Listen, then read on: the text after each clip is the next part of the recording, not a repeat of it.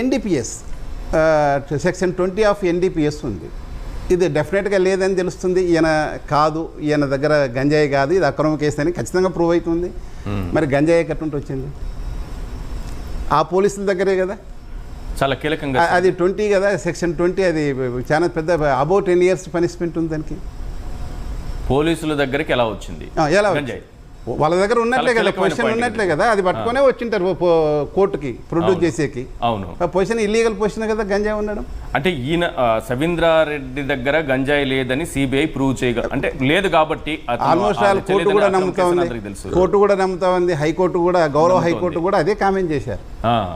ఇతన్ని లాగారు దీంట్లోకి గంజాయి కేసులే కానీ మేము భావిస్తున్నామని అన్నారు. దాంట్లో కొత్తగా మళ్ళీ రివర్స్ అయ్యేది ఏమి ఉండదు, అది కరెక్ట్ ఫ్యాక్ట్ కూడా అది. కాబట్టి తర్వాత వీళ్ళందరూ చాలా పెద్ద కేసు అవుతుంది కదా సార్ పోలీసులకి. నేను అంటున్నది గంజాయి వాళ్ళ దగ్గరికి ఎలా వచ్చిందనే విషయం కూడా పెద్ద కేసు అవుతుందా? డెఫినెట్గా, ఎందుకంటే నేను చెప్పే కదా అన్ని సీల్డ్ కవర్లో ఉన్నాయి. ఓకే, దాన్ని వాళ్ళు ఏం మార్చలేరు కూడా. అదే నా బాధ, అదే నా ఆవేదన.